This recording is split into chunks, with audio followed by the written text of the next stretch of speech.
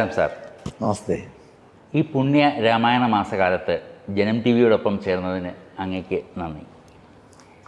Sir, ആദ്യമായി നമുക്ക് ഈ രാമാവതാരത്തെക്കുറിച്ച്, അതിൻ്റെ ഒരു സാഹചര്യത്തെക്കുറിച്ച് ഒന്ന് പറഞ്ഞു തരാമോ? തീർച്ചയായും. രാമായ രാമഭദ്രായ രാമചന്ദ്രായ വേധസേ രഘുനാഥായ നാഥായ സീതായാഃ പതയേ നമഃ. രാമായണം രാമാവതാരത്തിലൂടെയല്ല, അതിൻ്റെ ഒരു ഉമാമഹേശ്വര സംവാദ രൂപത്തിലാണ് ആരംഭിക്കുന്നത്. എന്നാലും ആദ്യത്തെ ബാലകാണ്ഡത്തിൽ തന്നെ വരുന്നൊരു വിഷയമാണ് രാമാവതാരം. അപ്പോൾ രാമാവതാരത്തെക്കുറിച്ച് ചോദിച്ചാൽ ഭൂമിയുടെ ഭാരം കുറയ്ക്കാൻ വേണ്ടിയിട്ടാണ് രാമൻ അവതരിക്കുന്നത്. എന്ന് വെച്ചാൽ ദുഷ്ടന്മാരെ കൊണ്ട്, പ്രത്യേകിച്ച് രാവണാദികളായിരിക്കുന്ന പരമദുഷ്ടന്മാരെ കൊണ്ട് ഭൂമിക്ക് ഭാരം സഹിക്കവയ്യാതെ വന്ന സമയത്ത് ഭൂമി ഗോരൂപധാരിണിയായിട്ട് പശുവിൻ്റെ രൂപത്തിൽ ബ്രഹ്മാദി ദേവന്മാരെ കണ്ട് സങ്കടം പറയാം, എങ്ങനെയെങ്കിലും ഈ ഭാരം ഒന്ന് തീർത്തു തരണം, എനിക്ക് സഹിക്കാൻ പറ്റുന്നില്ല, താങ്ങാൻ പറ്റുന്നില്ല എന്ന് ഭൂമി സങ്കടം പറഞ്ഞു. അപ്പോൾ പറഞ്ഞു, ഇനി നമുക്ക് ആശ്രയിക്കാനുള്ളത് മഹാവിഷ്ണുവാണ്, മഹാവിഷ്ണുവിനെ തന്നെ ആശ്രയിക്കാം. ഈ രാമാവതാരത്തെക്കുറിച്ച് ഇപ്പോൾ ചോദിച്ചതുകൊണ്ട് പറയാണ്, ഈ രാമാവതാരത്തെക്കുറിച്ച് ഉമ ചോദിച്ചതിന് മഹേശ്വരൻ നൽകുന്ന മറുപടിയായിട്ടാണ് ഉമാമഹേശ്വര സംവാദത്തിൽ ഈ രാമാവതാരം പറയുന്നത്. അപ്പോൾ മഹാദേവൻ പറയുന്നത്, ഞാനടക്കം നമ്മളെല്ലാവരും ചേർന്ന് മഹാവിഷ്ണുവിനെ ചെന്ന് കണ്ടു. അപ്പോൾ ബ്രഹ്മാദി ദേവന്മാരെല്ലാവരും മഹാവിഷ്ണുവിനെ ചെന്ന് കണ്ട് ഗംഭീരമായിട്ടൊരു സ്തുതിയുണ്ട്. അവിടെ സ്തുതിച്ച് നമസ്കരിച്ചു. എന്താ എല്ലാവരും കൂടി വന്നത്, പ്രത്യേകിച്ച് വല്ല വിശേഷമുണ്ടോ എന്ന് ചോദിച്ചപ്പോഴാണ് പറഞ്ഞത്, ഇന്ന പോലെ പൗലസ്ത്യ വംശത്തിലെ ഈ രാവണൻ എന്ന പരമദുഷ്ടൻ, ഞാൻ തന്നെയാണ് വരങ്ങളൊക്കെ കൊടുത്തത്. ഞാൻ വരങ്ങൾ കൊടുത്ത് ഇപ്പോൾ അപകടത്തിലായിരിക്കുകയാണ്. കാരണം അവൻ്റെ ദുഷ്ടത കൊണ്ട് സഹിക്കാൻ പറ്റുന്നില്ല. അവൻ മഹർഷീശ്വരന്മാരുടെ യാഗം മുഴുവൻ മുടക്കുന്നു, മഹർഷീശ്വരന്മാരുടെയൊക്കെ പത്നിമാരെ മുഴുവൻ കൊണ്ടുപോകുന്നു, കാണുന്നവരെ കിട്ടുന്നവരെ മുഴുവൻ ഭക്ഷിക്കുന്നു. അതുകൊണ്ട് സഹിക്കവയ്യാത്തൊരു അപകട അവസ്ഥയിലാണ്. എത്രയും പെട്ടെന്ന് ഞങ്ങളെ രക്ഷിക്കണം. അവന് മനുഷ്യരിൽ നിന്ന് മാത്രമേ മരണമുള്ളൂ, നമുക്ക് ആർക്കും അവനെ കൊല്ലാൻ സാധ്യമല്ല. അതും ഞാൻ തന്നെയാണ് കൊടുത്തത് വരം. അപ്പോൾ അതുകൊണ്ട് എങ്ങനെയെങ്കിലും രക്ഷിക്കണം എന്ന് പറഞ്ഞു. അപ്പോൾ മഹാവിഷ്ണു എല്ലാവരെയും സമാധാനിപ്പിച്ചിട്ട് പറഞ്ഞു, ഒരു കുഴപ്പമില്ല. കാരണം കശ്യപ പ്രജാപതി വളരെ നേരത്തെ തന്നെ പ്രാർത്ഥിച്ചിട്ടുണ്ട്, എന്നെ ഒരു പുത്രനായിട്ട്, പുത്രഭാവത്തിൽ എന്നെ വേണം എന്ന് പ്രാർത്ഥിച്ചിട്ടുണ്ട്. അപ്പോൾ അതുകൊണ്ട് തന്നെ ആ കശ്യപ പ്രജാപതിയുടെയും അതിഥിയുടെയും, ഇപ്പോൾ കശ്യപ പ്രജാപതി ദശരഥനായിട്ട് പറന്നു കഴിഞ്ഞിട്ടുണ്ട്.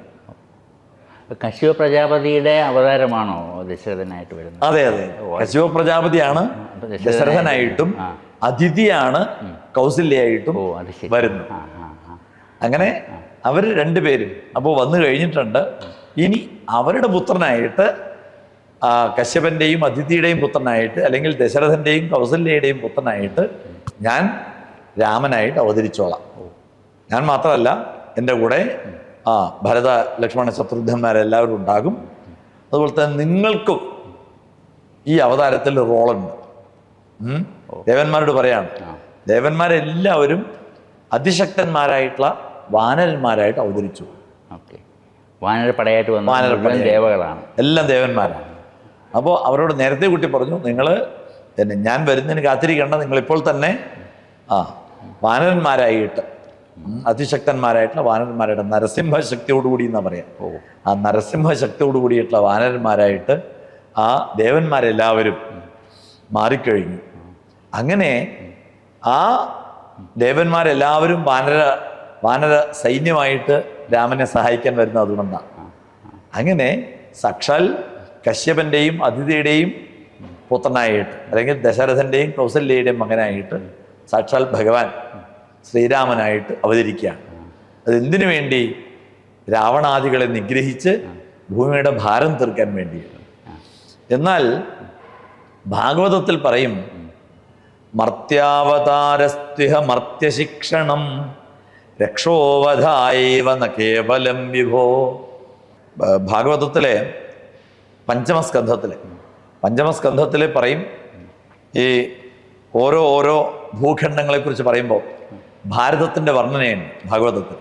ആ ഭാരതത്തെ വർണ്ണിക്കുന്ന സമയത്ത് ഓരോ ഒൻപത് ഭൂഖണ്ഡങ്ങൾ, ഈ ജംബുദ്വീപത്തിലുള്ള 9 ഭൂഖണ്ഡങ്ങളെക്കുറിച്ച് പറയും. ആ ഭൂഖണ്ഡങ്ങളെക്കുറിച്ച് പറയുമ്പോൾ രാമാവതാരത്തെക്കുറിച്ച് പറയും. അപ്പോൾ ഹനുമാൻ സ്വാമിയാണ് രാമനെ സ്തുതിക്കുന്നതായിട്ട് അവിടെ പറയുക. അപ്പോൾ ഈ ജംബുദ്വീപം, ആ ജംബുദ്വീപത്തിലെ മഹാമേരു പർവ്വതം, ആ മഹാമേരു പർവ്വതത്തിൻ്റെ ചുറ്റുമായിട്ട് ഓരോ ദിക്കിലായിട്ട് 9 ഖണ്ഡങ്ങളാണെന്ന്. അപ്പോൾ ഈ ജംബുദ്വീപം എന്ന് പറയുന്നത് നമ്മുടെ ഇപ്പോഴത്തെ ഏഷ്യ.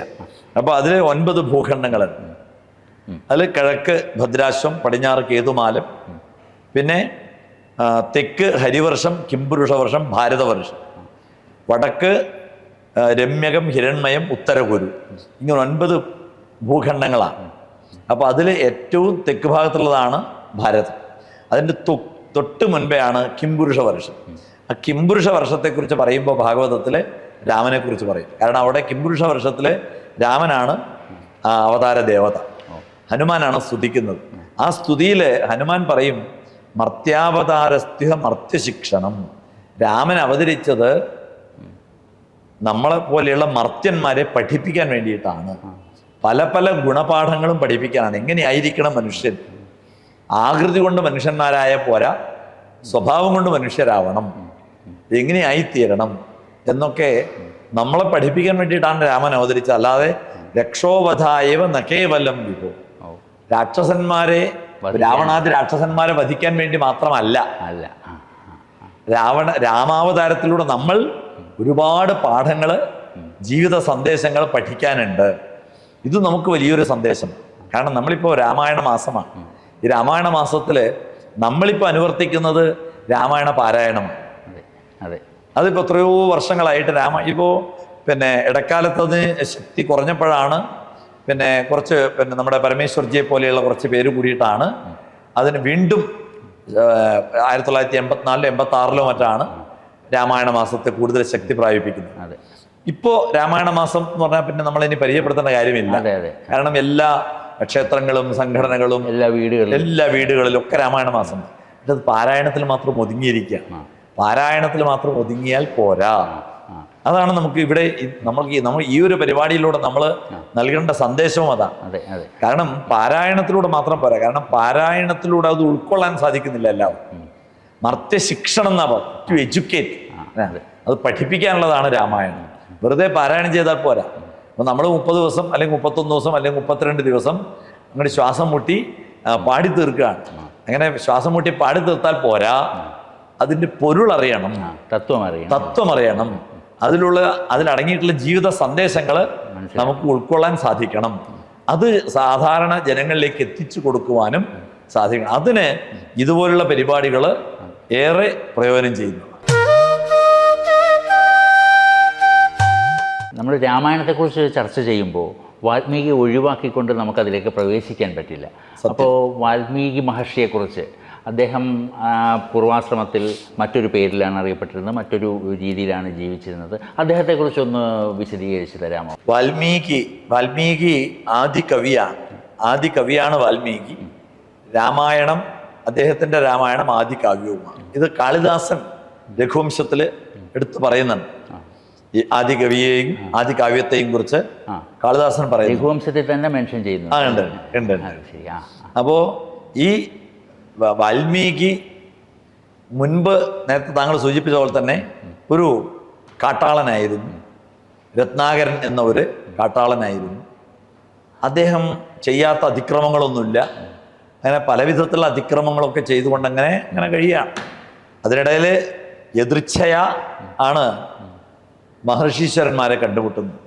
അങ്ങനെ മഹർഷീശ്വരന്മാരെ കണ്ടുമുട്ടി, എതിർച്ഛ എന്ന് പറഞ്ഞാൽ ഈശ്വരേച്ഛ എന്നർത്ഥം. അതായത് കാരണം അതിലൂടെ ആ വാൽമീകിയിലൂടെ ഇങ്ങനെ ഒരു രാമായണം ഉണ്ടാകണം എന്നുള്ളത് ഈശ്വരേച്ഛയാണ്. അതുകൊണ്ട് മഹർഷിമാരെ കണ്ടുമുട്ടുന്നു. മഹർഷിമാർ വളരെ സരളമായിട്ടുള്ളൊരു ചോദ്യമാണ് അദ്ദേഹത്തോട് ചോദിക്കുന്നത്. അങ്ങ് ഈ കാണിക്കുന്ന ഈ അതിക്രമങ്ങൾ, ഈ അന്യായങ്ങൾ, ഈ പാപകർമ്മങ്ങളൊക്കെ ചെയ്യുന്ന ആർക്ക് വേണ്ടിയിട്ടാണ്? തൻ്റെ കുടുംബത്തിന് വേണ്ടിയിട്ടാണ്. എന്നാൽ തൻ്റെ കുടുംബ അംഗങ്ങൾ ഈ അങ്ങ് ചെയ്യുന്ന ഈ പാപകർമ്മങ്ങളുടെ ഫലം അനുഭവിക്കാൻ തയ്യാറാണോ? അവരിത് അങ്ങയുടെ കർമ്മഫലം അവർ ഷെയർ ചെയ്യാൻ തയ്യാറാണോ? എന്താ സംശയം? ഞാൻ അവർക്ക് വേണ്ടിയല്ലേ ജീവിക്കുന്നത്. അതെ. അതുകൊണ്ട് ഉറപ്പായിട്ടും ഞാൻ പാപകർമ്മങ്ങൾ ചെയ്യുന്നുണ്ടെങ്കിൽ അതിൻ്റെ ഫലം അവരും അനുഭവിക്കാൻ തയ്യാറാകും. ഉറപ്പാണോ? ഉറപ്പാണ്. എന്തായാലും ഒന്ന് ചെന്ന് ചോദിച്ചിട്ട് വരും. ഞങ്ങൾ ഇവിടെ തന്നെ കാത്തിരിക്കാം, പോയി ചോദിച്ചിട്ട് വരും. അപ്പൊ തന്നെ രത്നാകരൻ എന്ന കാട്ടാളൻ പത്നിമാരോട് ചെന്ന് ചോദിക്കുക, ഞാൻ നിങ്ങൾക്ക് വേണ്ടിയിട്ടാണ് ഈ അരുതാത്ത പ്രവൃത്തികളൊക്കെ ചെയ്യുന്നത്. അതുകൊണ്ട് തന്നെ ഞാൻ ചെയ്യുന്ന പാപകർമ്മങ്ങളുടെ ഫലം നിങ്ങളും അനുഭവിക്കാൻ തയ്യാറാകേണ്ടതല്ലേ? നിങ്ങൾ അതിന് തയ്യാറാണോ? അല്ല. പത്നിമാര്, കുടുംബാംഗങ്ങളെ എല്ലാവരും കൈമലർത്തി. അപ്പൊ അദ്ദേഹം തന്നെ അത്ഭുതപ്പെട്ടു. താൻ നിരന്തരം ചെയ്യുന്ന കർമ്മങ്ങൾ താൻ അനുഭവിക്കിടുകന്നേ വരൂ. അവനവൻ ചെയ്യുന്ന കർമ്മങ്ങൾ അവനവൻ തന്നെ അനുഭവിക്കും. സുകൃതം ദുഷ്കൃതം ചെയ്വ കർത്താരം അനുഗച്ഛതി എന്ന് സംസ്കൃതത്തിൽ പറയും. അപ്പോൾ നമ്മൾ ചെയ്യുന്ന സുഹൃതമായാലും ദുഷ്കൃതമായാലും പുണ്യമായാലും പാപകർമ്മങ്ങളായാലും അതിൻ്റെ ഫലം നമ്മൾ തന്നെ അനുഭവിക്കണം. അത് അദ്ദേഹത്തിന് ബുദ്ധിയായി. അദ്ദേഹം തിരിച്ചു വന്ന് സന്യാസിമാരോട് പറഞ്ഞു, ഇങ്ങനെയാണ് പറഞ്ഞത്. അപ്പോൾ തന്നെ അദ്ദേഹത്തിൻ്റെ മനസ്സ് മാറി. അപ്പോൾ തന്നെ അദ്ദേഹത്തിന് ഒരു ഉപദേശം നൽകി, മന്ത്രോപദേശം നൽകി. ശരിക്കും ആ മന്ത്രോപദേശം ഒന്നും സ്വീകരിക്കാനുള്ള ഒരു ശേഷിയൊന്നും അദ്ദേഹത്തിന് ഇല്ല. അതുകൊണ്ട് നമ്മൾ പറയുക എങ്ങനെയാണെന്ന് വെച്ച് കഴിഞ്ഞാൽ മരാമരാമര എന്ന് പറഞ്ഞ് അതങ്ങൾ ഉരുവിടാൻ പറഞ്ഞു. മരാമരാമ രാമ രാമ രാമ രാമ രാമ രാമ രാമ എന്ന് ആ രാമമന്ത്രം താരകമന്ത്രം എന്നാണ് അതിന് പറയാ. താരകമന്ത്രം നമ്മളെ ഈ സംസാര സാഗരത്തിൽ നിന്നും തരണം ചെയ്യിക്കുന്ന, അതുകൊണ്ടാണ് താരകമന്ത്രം എന്ന് പേര്. അപ്പൊ അങ്ങനെ താരകമന്ത്രം ആയിരിക്കുന്ന രാമനാമം ജപിച്ച് അദ്ദേഹം കാട്ടാളിൽ നിന്നും സിദ്ധനായി. അങ്ങനെ ശരിക്കും ദർശനം ലഭിച്ചു എന്നർത്ഥം. ഭഗവത് ദർശനം ലഭിച്ചു. ദർശനാത് ഋഷി എന്ന് പറയും. അങ്ങനെ ഒരു വേടൻ അല്ലെങ്കിൽ ഒരു കാട്ടാളൻ ഋഷിയായിട്ട് മാറുക. ആ ഋഷിയായിട്ട് മാറിയ വാൽമീകി തമസാ നദിയുടെ തീരത്ത് സന്ധ്യാവദനാദി കർമ്മങ്ങൾക്ക് ചെല്ലുമ്പോഴാണ് ഇണപക്ഷികളിൽ ഒന്നിനെ ഒരു വേടൻ അമ്പെയ്ത് വീഴ്ത്തുന്നത് കാണുന്നത്. അത്രമാത്രം സ്നേഹത്തോടു കൂടിയിട്ട് അങ്ങനെ തൊട്ടുരുമ്മി കഴിയുന്ന, പ്രേമിച്ചുകൊണ്ട് സ്നേഹിച്ചുകൊണ്ട് കഴിയുന്ന ആ പക്ഷികളിൽ ഒന്നിനെ അമ്പെയ്ത് വീഴ്ത്തുന്ന ആ രംഗം കണ്ടപ്പോൾ സഹിച്ചില്ല. അദ്ദേഹം പോലും അറിയാതെ അദ്ദേഹത്തിന്റെ വായിൽ നിന്നും ഒരു വാക്ക് പുറത്തേക്ക് വരാണ്. മാനുഷാദ പ്രതിഷ്ഠാം ത്വമഗമ ശാശ്വതി സമാ യത് ക്രൗഞ്ചമിഥുനാദേകമവധീ കാമമോഹിതം. ഇതാണ് അദ്ദേഹത്തിൽ നിന്നും വന്ന ആദ്യത്തെ ശ്ലോകം. അതല്ലേ? അത് പറയാ ശോകശ്ലോകത്വമാകത. ശോകം ശ്ലോകമായി മാറി. ശോക ശ്ലോകത്വമാകത. ശോകം ആരുടെ ശോകം? വാൽമീകി മഹർഷിയുടെ ശോകം ശ്ലോകമായി മാറി എന്നാണ്. ശോകശ്ലോകത്വമാകത. ക്രൗഞ്ചദ്വന്ദ്വവിയോഗോത്ഥ ശോകശ്ലോകത്വമാകത എന്ന് ആനന്ദവർദ്ധനൻ തൻ്റെ ധ്വന്യാലോകത്തില് പറയുന്നുണ്ട്. അപ്പോ ആ ക്രൗഞ്ചദ്വന്ദ്വ വിയോഗം, ആ വിയോഗത്തിൽ നിന്നുണ്ടായ മഹർഷിക്കുണ്ടായ ശോകം, അത് ശ്ലോകമായിട്ട് മാറി എന്നുള്ളതാണ്. ആ മാനുഷാദ പ്രതിഷ്ഠ. ശരിക്കും പറഞ്ഞാൽ മാനുഷാദ എന്ന് നമ്മൾ പറയുമ്പോൾ നമ്മൾ പെട്ടെന്ന് പറയുക, മലയാളത്തിൽ അങ്ങനെ പറഞ്ഞ് ശീലിച്ചതുകൊണ്ടാണ് അരുത് കാട്ടാളാ നമ്മൾ പറയാറുണ്ട്. അത് തെറ്റാ. അങ്ങനെ ഒരു പ്രയോഗമില്ല. പിന്നെ അരുത് കാട്ടാള എന്ന് പ്രയോഗമില്ല ശരിക്കും. അത് നമ്മൾ പറഞ്ഞു വരുന്നത് ശരിക്കും ആ ശ്ലോകത്തില് മാനുഷാദ എന്നല്ല, ഹേ നിഷാദ.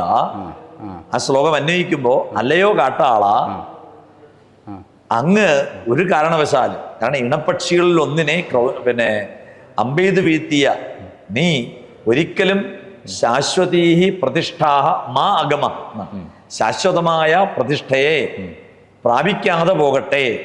ശപിക്കാം. മാ അഗമ എന്നാണ്. അപ്പൊ മാ നിഷാദ അല്ല, ഹേ നിഷാദ എന്നാണ് അതിന്റെ തുടക്കം.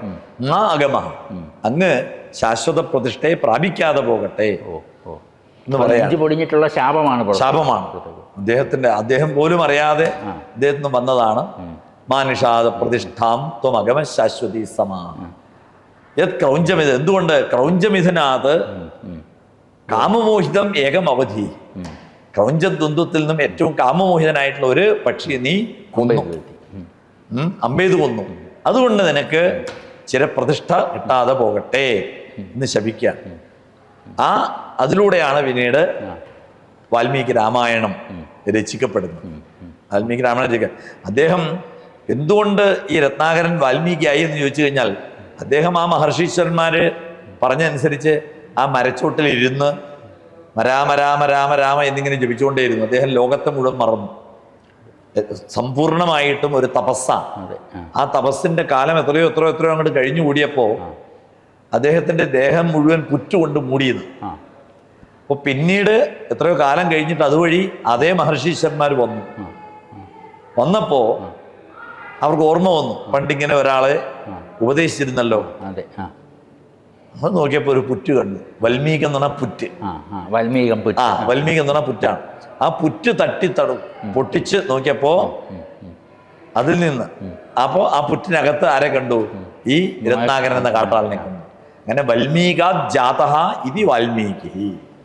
ആ വൽമീകത്തിൽ നിന്ന് ഉണ്ടായവൻ എന്നുള്ള അർത്ഥത്തിലാണ് അദ്ദേഹത്തിന് വാൽമീകി പേര് കൊടുത്തത്. വാൽമീകി എന്നാണ്. നമ്മള് മലയാളത്തിൽ പറയുമ്പോൾ വാത്മീകി എന്ന് പറയാറുണ്ട്. തെറ്റാ. വാത്മീകി അല്ല, വാൽമീകി എന്നാണ്.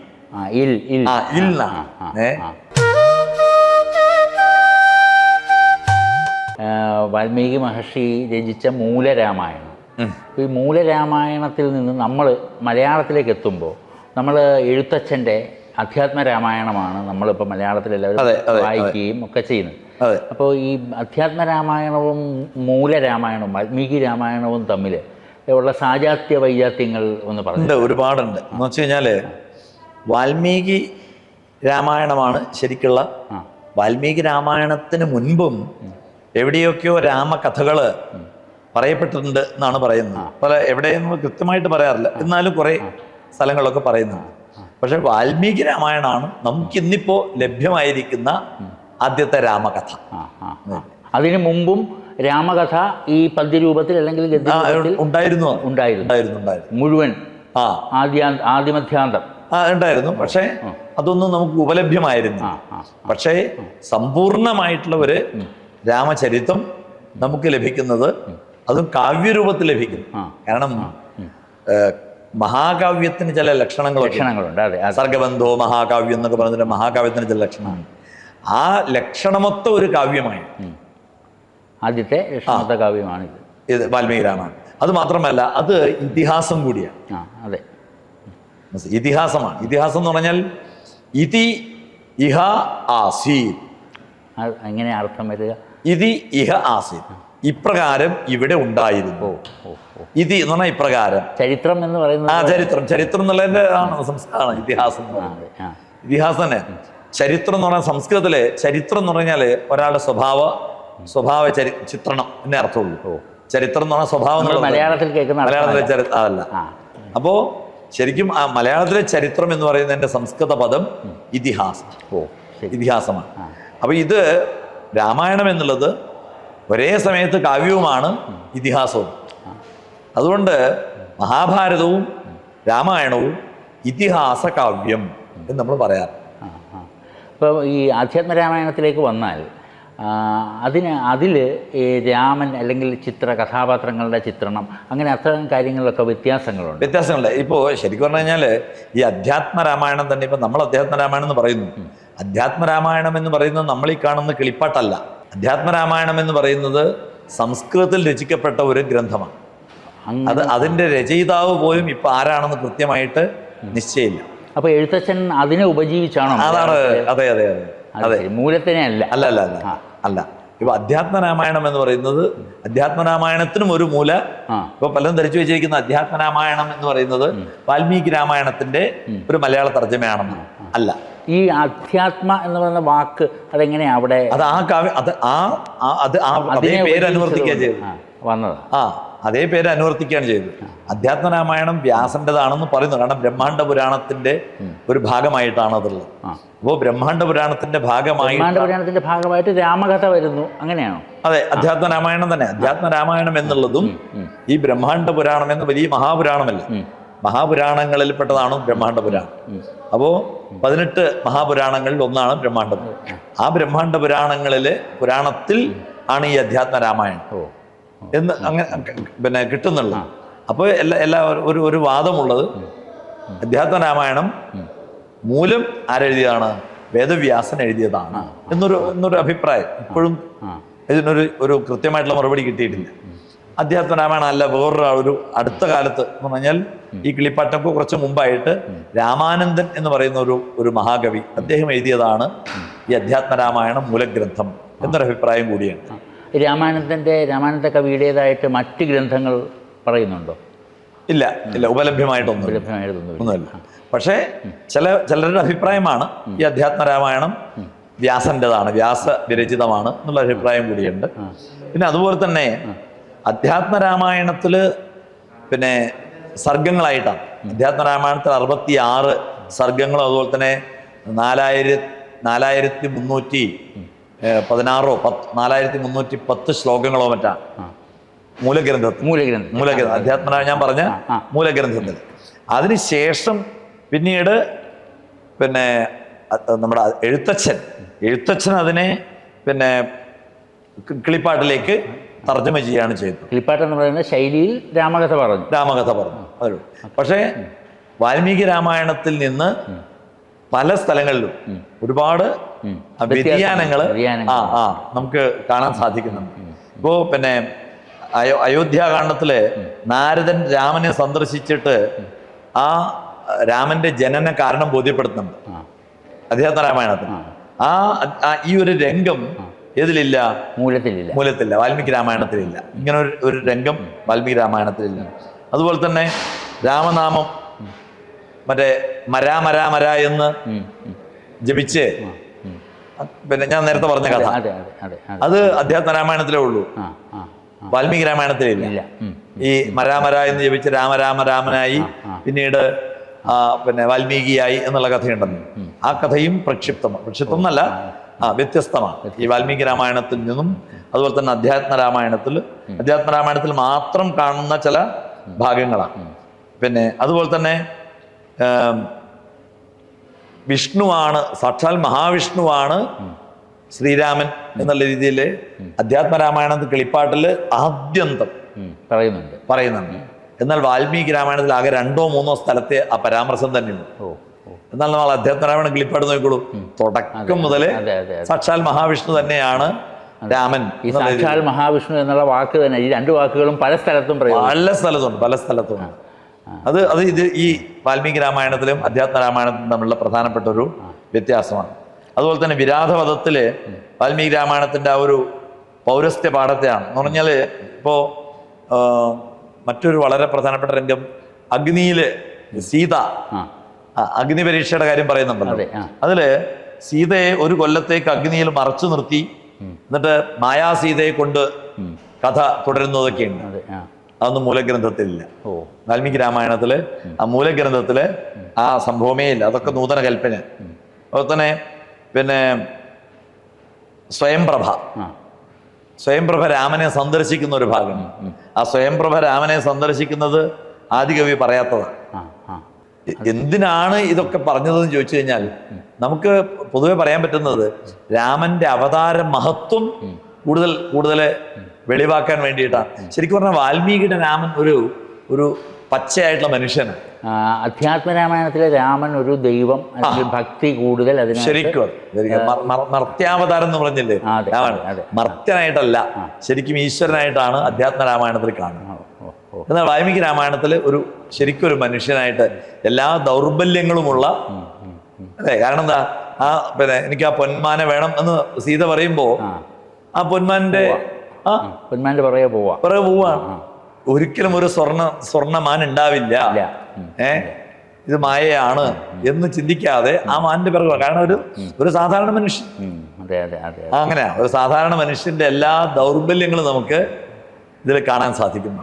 ഈ രാമായണത്തിൻ്റെ ഇപ്പോൾ 2 മൂലരാമായണം, അധ്യാത്മ രാമായണം, ഇതിൻ്റെ ഘടന അതൊന്ന് വിശദീകരിച്ച് പറഞ്ഞു തരാമോ? അതിൻ്റെ സ്ട്രക്ചർ എങ്ങനെയാണെന്ന്? ഇപ്പോൾ ശരിക്കും പറഞ്ഞു കഴിഞ്ഞാൽ പിന്നെ കാണ്ഡമായിട്ട് ആണല്ലോ നമ്മൾ പറയാറുള്ളത്. ഈ കാണ്ഡം, സ്കന്ധം, അങ്ങനെ ഈ ഭാഗവതം, മഹാഭാരതം, രാമായണം, ഇത് 3 ഇങ്ങനെ ഡിവൈഡ് ചെയ്തിരിക്കുന്ന എന്ത് അടിസ്ഥാനത്തിലായി? അല്ല, അത് ഇപ്പം നമ്മളിപ്പോൾ പിന്നെ ശരിക്കും പറഞ്ഞു കഴിഞ്ഞാൽ അധ്യായങ്ങൾ എന്ന് പറയാറുണ്ട്. ഇപ്പോൾ അധ്യായങ്ങൾ പലതും ഉണ്ട്. പക്ഷെ അധ്യായങ്ങൾ മാത്രം പോരാ, ഓരോ വിഷയങ്ങൾ ചേർത്തുകൊണ്ട് കുറച്ച് അധ്യായങ്ങളെ ചേർത്ത് വെച്ചിട്ടുള്ളൊരു ഭാഗം വേണം. അതിനെന്ത് ചെയ്തു? അതിന് രാമായണത്തിൽ കാണ്ഡം എന്ന് പേരിട്ടു, പിന്നെ മഹാഭാരതത്തിന് പർവം എന്ന് പേരിട്ടു, ഭാഗവതത്തിന് സ്കന്ധം എന്ന് പേരിട്ടു. ഭാഗവതത്തിലെ 12 സ്കന്ധങ്ങളാണ്, മഹാഭാരതത്തിലെ 18 പർവങ്ങളാണ്, ഇവിടെ 7 കാണ്ഡങ്ങളാണ്, 6ഉം 1. അതെ അതെ. ഇപ്പോ ഉത്തരകാണ്ഡം രാമായണത്തിലെ പെട്ടതാണെന്നും അല്ല എന്നും ഉള്ള 2 അഭിപ്രായം ഉണ്ട്. പിന്നെ ബാലകാണ്ഡും ഉത്തരകാണ്ഡും രണ്ടും പ്രക്ഷിപ്തമാണ് എന്നും ഒരുപാട് പേരുടെ അഭിപ്രായം. ബാലകാണ്ഡത്തിനുണ്ടോ അങ്ങനെ? ബാലകാണ്ഡവും പിന്നെ ഇല്ലാത്തതാണ്, മൂലത്തിൽ ഇല്ലാത്തതാണ്, പ്രക്ഷിപ്തമാണ് എന്നുള്ളൊരു വാദവും ഉണ്ട്. എന്തായാലും ഈ രാമായണത്തെക്കുറിച്ച് ഇങ്ങനെ ഒരു ഇൻട്രൊഡക്ഷൻ, അല്ലെങ്കിൽ രാമായണത്തിലേക്ക് കടക്കാൻ വേണ്ടിയിട്ടുള്ള ഒരു പാത ഇപ്പോൾ അങ്ങ് ഒരുക്കി തന്നിരിക്കുകയാണ്. വളരെ സന്തോഷമുണ്ട് അത് കേട്ടതിന്.